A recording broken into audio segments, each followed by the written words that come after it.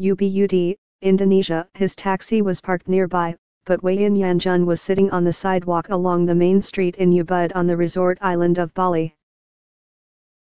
It might be some time before anyone needed a ride. He'd had only 3 passengers in the past week, he said, ever since the eruption of Mount Agung, in Bali's northeast. The volcano sent huge plumes of ash into the air for 2 days late last month, temporarily closing the island's Ngurah Rai International Airport. The volcano has since calmed down, at least outwardly, and the airport has reopened. But Ubud, a popular destination about 20 miles southwest of the volcano, has seen a sharp drop in visitors, as has much of the rest of Bali, Indonesia's top tourism spot.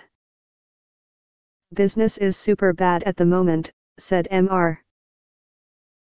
Yanjun, 35, who has been driving a taxi for 7 years. "It is a very uncertain situation for us now. Scientists who are monitoring Mount Agung say the volcano could erupt again at any time. The government has ordered the evacuation of about 100,000 people who live within 6 miles of the summit." While nearly all of Bali's resort hotels and tourist attractions are well outside the danger zone, uncertainty over future eruptions and possible airport closings has prompted many travelers to cancel planned trips to Bali or avoid it altogether. Tjokerdaoka Artha Ardhana Sukawati, head of Bali's Hotel and Restaurant Association, said that the island's hotel occupancy rate is now at 20%, compared with 60% this time last year.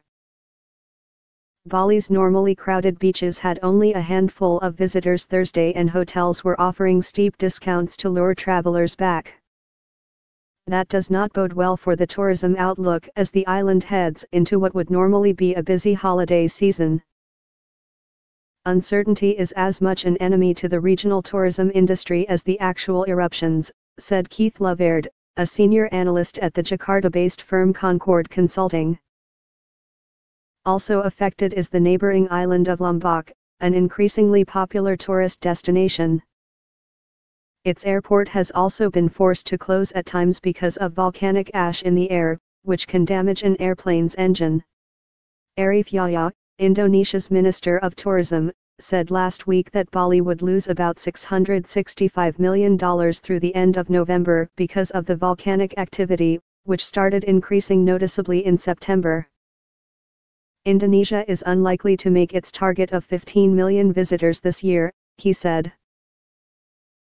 The country's goal of 20 million visitors by 2019 is also in jeopardy. Ubud, a picturesque town in the foothills, is surrounded by rice paddies and is popular with foreign tourists. On a clear day, Mount Agung is visible from some parts of town. The town center is full of art galleries, clothing stores, coffee shops, spas, and yoga studios. Normally, the main street is choked with traffic and its sidewalks crowded with pedestrians. But now, Ubud's hotels and shops have few customers and the streets are uncharacteristically devoid of traffic. Tour buses, typically ubiquitous, have vanished. Sales clerks, waiters and spa workers sit in front of their empty establishments, chatting with each other and offering their services to the occasional tourist who walks by.